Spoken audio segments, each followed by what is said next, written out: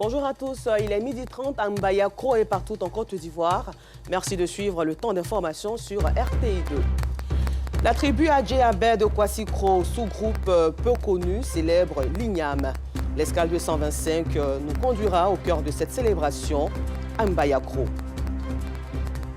Et puis, hors de chez nous, au Mali, le dernier convoi terrestre de la MINUSMA a quitté son camp de Thessalie hier, samedi 21 octobre. Encore merci à vous de votre fidélité et bon appétit si vous êtes à table. Rendons-nous tout de suite à Kwassikro, dans la sous-préfecture de Mbayakro, où l'on trouve le peuple Adjéabé, sous-groupe baoulé peu connu. Pour notre rubrique Escale 225, nos reporters Théodore Zouzou, Clément Boko, Kader Bachil, Dieudonné Siloué et Justin Yasselou nous conduisent au cœur de la célébration de l'Ignam par ce peuple.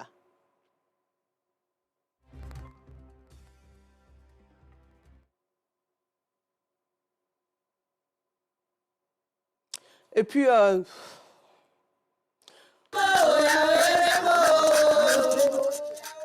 Kwassikro, chef-lieu de la tribu Adjéabé, dans la sous-préfecture de Mbayakro, région de l'Ifou. Ce vendredi est jour de fête dans cette cour. La fête de Ignam, on est dans la joie. Tout le monde va venir fêter. Les femmes de Wélé aujourd'hui vont venir, on va bien fêter à Kwassikro. On s'amuse ensemble. Et comme ici, l'atmosphère de convivialité est généralisée dans le village. Les femmes s'attellent à faire la cuisine. Au menu du jour, dans toutes les cours, la nouvelle Ignam. L'accompagnement, le poulet ou la viande de bœuf. Matin, bonheur, on prépare l'ignam, on fait le foufou. On prend l'huile rouge, on rougit un côté, on blanchit un côté, et puis on s'en va déposer en bas de nos fétiches. D'abord, c'est là maintenant, les femmes viennent rentrer à la cuisine. On tue les poulets, et puis on donne aux femmes, les femmes préparent. Quand c'est fini maintenant, on fait le partage. Maintenant, nous-mêmes, on mange pour nous. Quelqu'un qui a aidé toi, tu as trouvé quelque chose, il faut donner lui aussi qu'il va manger.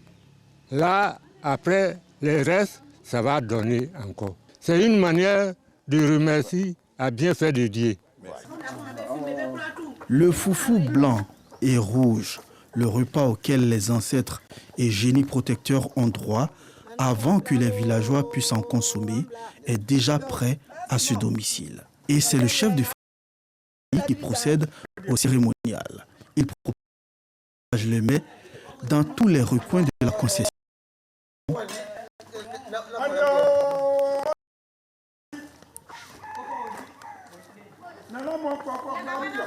Pour les aïeuls et les génies protecteurs dans le monde invisible. Quand on jette comme ça, ça veut dire que les génies sont là. Ils n'ont qu'à venir manger, ils n'ont qu'à venir apporter la bénédiction à la famille. C'est comme ça la fête d'Ignam, on appelle ça fête des génies. C'est ça qui est Nani Poula. Bien avant cet acte, un coq est offert par le plus ancien de la famille aux ancêtres pour avoir leur consentement ou leur approbation pour la consommation de la nouvelle Ignam. Quand on égorge le poulet, quand le poulet, on lui laisse tomber, qui tourne jusqu'à il se renverse sur les pattes, ça c'est pour Dieu. On dit, il faut protéger la famille. Maintenant, le poulet tombe sur le ventre. Ça, Dieu a pris pour lui, les ancêtres ont pris pour eux. Le sacrifice réussit, quand le poulet se met sur le ventre, il protège toute la famille. Une fois les ancêtres servis, c'est au tour de tous les membres de la famille de prendre part au festin. Tout le monde se rue alors sur la nourriture offerte aux mânes pour témoigner la communion parfaite avec les ancêtres. Et comme ça, tout le monde se réunit là-dessus pour manger, pour prendre la bénédiction. Et ça donne la bénédiction, ça donne la santé, la paix du cœur. Vraiment, ça protège. C'est la tradition chez nous ici. Quand on fait le foufou, en tout cas, ça apporte beaucoup de choses. C'est pour ça que je le mange. Pendant ce temps, à la cour du chef de canton, au quartier résidentiel, les femmes de ménage sont à la tâche. Le foutou d'ignam à l'huile de palme et les sauces encore fumantes attisent l'appétit des gourmets. Avant la cuisson totale, ces pains de foutou dans un plateau Un coq et de l'igname sont portés par ces femmes pour être présentés au chef de canton, comme pour annoncer que les sacrifices ont été déjà faits et que la fête peut commencer.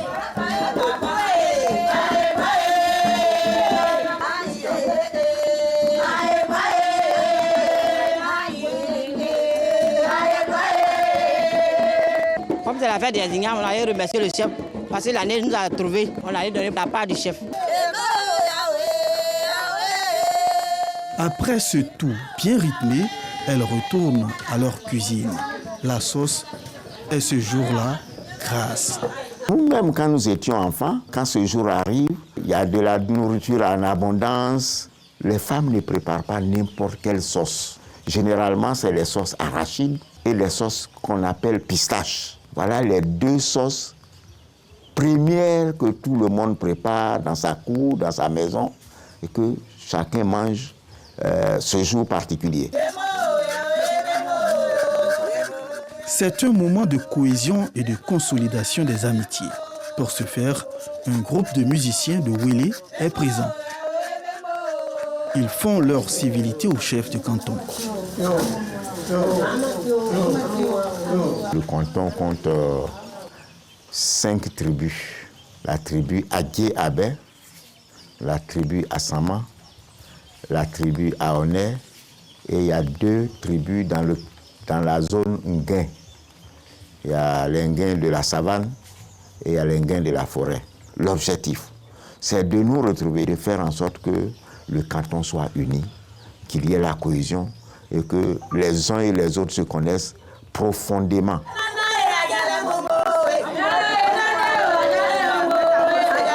Ce retour à l'identité culturelle du peuple Adjé-Abé réjouit le directeur régional de la culture de l'Ifou. Très heureux parce que notre président dans cette partie de la Côte d'Ivoire, c'est de réveiller tout ce qui est patrimoine culturel. La fête des ignames dans le canton Abé-Adjé, nous sommes là pour les aider, pour les accompagner pour que, pourquoi pas, tout le canton ou toutes les tribus vraiment s'approprient pour que vraiment la partie tourisme soit, pour que la Côte d'Ivoire apprenne à connaître mieux ce peuple qui est un peu Abé-Adjé, souvent on pense que c'est à Beauville, mais à travers maintenant cette fête-là, je pense que le débat va s'ouvrir et puis la population ici va se faire connaître.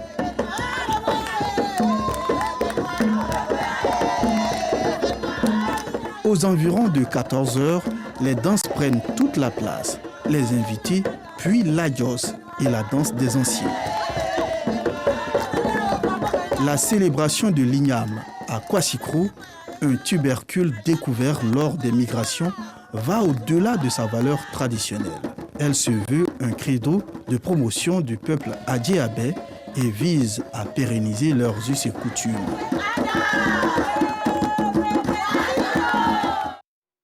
Retour à Abidjan ici ou dans la commune de Yopougon, précisément au quartier Béago. Le vendredi 20 octobre, 8 élèves d'un collège ont terminé leur journée dans un centre de santé. Les raisons dans ce reportage signé Farida Sissé, commenté par Clément Boko. On se croirait un dimanche ou une période de congé, tant le silence est saisissant.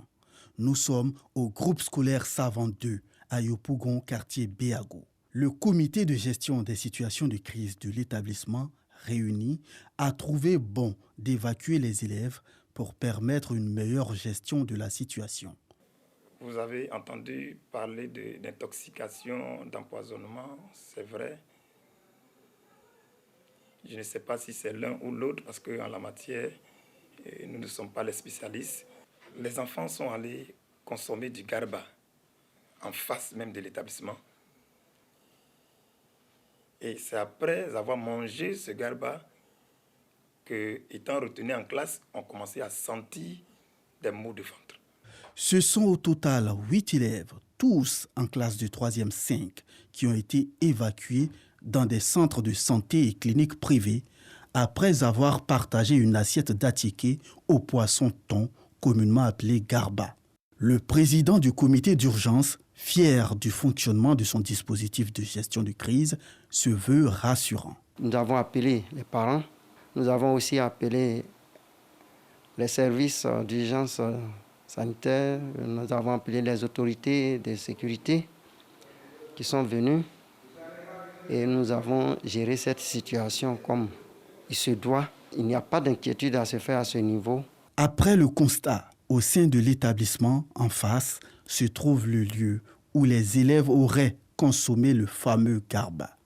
Aucune effluve ne titille notre odorat sur le lieu, car, sur instruction du commissaire de police du 16e arrondissement, le propriétaire des lieux aurait déposé son tablier en attendant les résultats de l'enquête. Joints au téléphone, des parents de victimes sont encore sous le choc. Au quartier Sidessi, une autre ambiance nous attend. L'odeur d'éther, les perfusions en cours et les sondes portées par les patients nous rappellent la gravité de la situation. C'est ici que sont internées 2 victimes de ce jour. Ce matin, on m'a appelé, les gens pour dire venez à l'école, que votre enfant, vraiment, ça ne va pas chez lui. Et vraiment, je suis arrivée, c'est là que mon enfant est tombé. Je vois, je le touche même, il ne fait plus geste.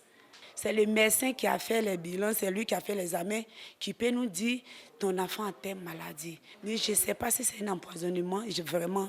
Dieu s'est glorifié dans la vie de mon enfant et les 2 enfants qui sont ici, vraiment, c'est la grâce de Dieu.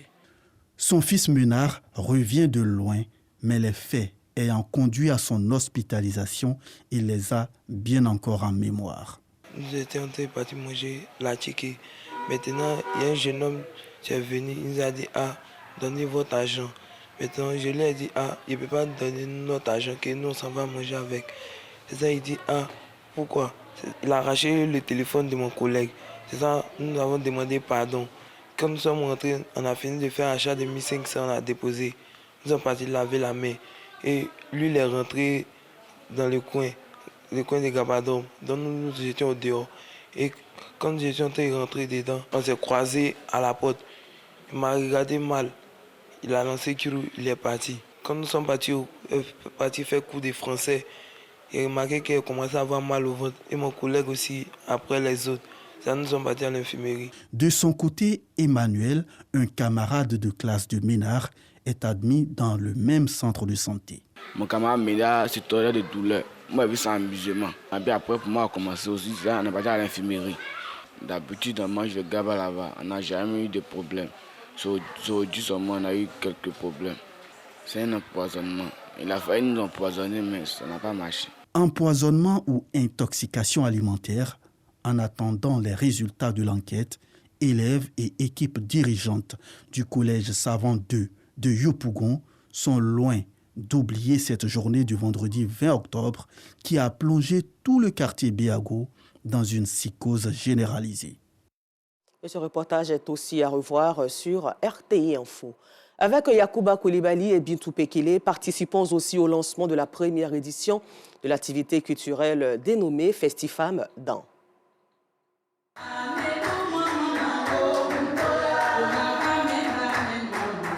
Valoriser les talents féminins, culinaires, artistiques et traditionnels du peuple Dan, c'est l'objectif visé par les organisateurs de la première édition de Festifam Dan, qui entendent faire de cet événement une plateforme d'expression et de visibilité en faveur des artistes Dan. Aujourd'hui, on a des enfants qui ne savent rien de notre culture. Ils apprennent tout sur l'Internet. Ils sont éduqués par l'Internet. On veut les ramener à la racine. Et qui nous a fait aujourd'hui respecter les plus grands que nous. Une initiative saluée par les participants. Cette occasion est la bienvenue pour valoriser la culture. Notre culture n'est pas trop connue. Vous voyez, on connaît Cornel, Mala et tout, mais aujourd'hui, on a l'occasion de rencontrer toutes les chantres, toutes les chanteuses Yacouba. C'est une très bonne occasion. Et après, il y aura une exposition où il y aura des mets, des pains. Vraiment, je suis content. C'est ensemble qu'on est fort. On ne peut pas être heureux seul. Donc, justement, ce brassage culturel que nous voulons créé au travers ce festival va nous permettre ici d'étendre un peu les limites culturelles du peuple Dan. L'événement Festifam Dan, prévu le 4 novembre 2023 au Palais de la Culture de Treichville, vise également à encourager toutes les initiatives d'autonomisation de la femme de l'ouest de la Côte d'Ivoire. Hors de chez nous, le dernier convoi terrestre de la mission de l'ONU au Mali, MINUSMA, a quitté son camp de Thessalie hier samedi 21 octobre. Il va être rejoint plutôt par les derniers casques bleus tchadiens de la localité d'Agulok. Les deux groupes formeront un grand convoi pour rejoindre le Tchad par la route. Et toujours hier samedi, le terminal de Rafah a enfin pu rouvrir pour laisser passer 20 camions d'aide humanitaire depuis l'Égypte vers Gaza. Un soutien vital mais largement insuffisant pour les 2,4 millions d'habitants de l'enclave palestinienne qui manquent de tout. Et pour terminer ce temps d'information, sachez que des centaines de personnes se sont donné rendez-vous ce dimanche 21 octobre sur Paris pour un rassemblement en soutien au peuple palestinien. Encore merci à vous de nous avoir suivis et bonne suite de programme sur RTI2, la chaîne toujours plus proche des populations.